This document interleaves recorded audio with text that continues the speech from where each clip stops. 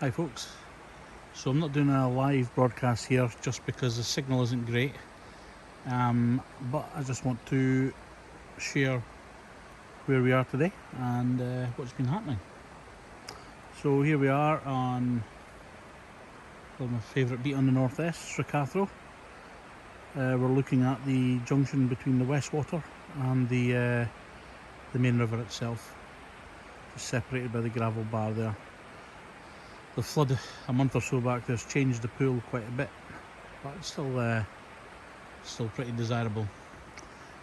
Anyway, we've got low summer conditions today, so I've just been teaching Paul here about nymphing for salmon, because what we've got is low water, and when we've got low water, the salmon are kind of concentrated in the deep pockets, and at the junction pool here where Paul is, he's just fishing into the deep hole where there's fish landing. Earlier today I had one at £12, I had another one about £14 on this tactic. I lost another, and I lost the small grilse on the hitch. So it just shows you, even in low water conditions, I think we're only about sort of 2 inches on the gauge here, you know, it still is worthwhile fishing. You just have to think outside the box a little bit. So I shall, there's Molly sitting very peacefully.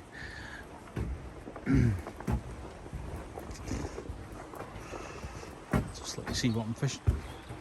So when I fish low water conditions for salmon, we're basically looking at either fishing the hitch fly or fishing a fast sink tip with a small tungsten fly, just to get down in front of them. That's what you really want to do. You want to get your fly on their nose, and using the same kind of methodology as Euro nymphing, check nymphing, that also works as well. So if you can imagine fishing for grayling, but times everything by 4 in terms of weight. So what I've got here, here's what I've been fishing today and what's been giving me success. So I've just got basically a tungsten bead with a copper body fly on the point there, and that has been dragging behind a small potbelly pig with a brass body. And as you see,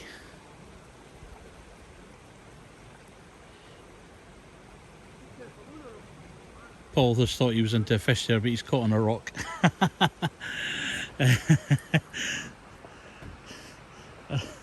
Nearly, Paul, nearly.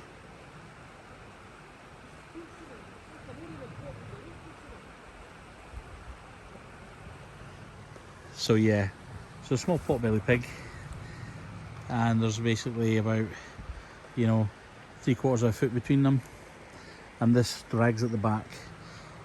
Potbelly pig's semi-sacrificial just to get the fly down there, but I tend to either fish 2 nymphs or just a small cone head or a potbelly pig on the dropper, and cast upstream into the run where the fish are lying. You really want to cut the river into grids, so you basically cast it into each kind of section of the grid, so you're covering the water properly, and let the fly drift. The minute that line stops, lift.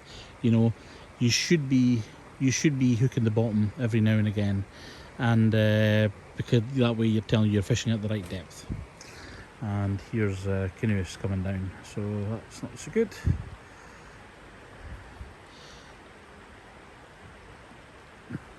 Anyway, that's where we are today. So quite a good day. 14-pounder, 12-pounder, both henfish. Not too long in the water actually. They're relatively silver. I'll put pictures up later, videos. We lost another cockfish, probably about 10 pounds. It was quite coloured, and we lost a small grilse first thing, and that yeah, probably only about 3 pounds, but I didn't see how fresh it was. It wasn't on for, it was only on for sort of 20 seconds or so. So there's the lovely Stracathro.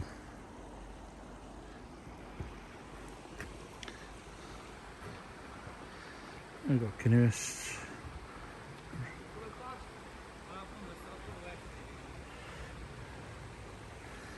keep them happy.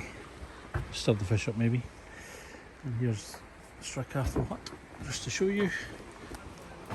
We've got a lovely barbecue as well.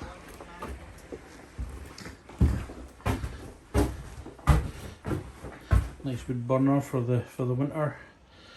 And we've even got toilets as well. You can see through there, we've actually got a toilet.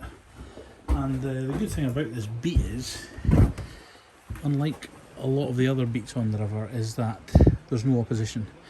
You've got the whole beat to yourself. 3 rods in the summer months and 4 rods in the spring and autumn. And you want it to be about a foot, you know, between a foot and 2 foot for it to fish, for the whole beat to open up and fish properly. When the water is low, it is a little bit more restrictive, so I tend to only fish 2 rods if the water is very low. But yeah, definitely worth giving it a shot, and nice to see plenty of fish in the river. So there you go, happy days. I'll post some pictures and videos of the fish when I get home later, and we'll give it another few hours and hopefully we'll get something.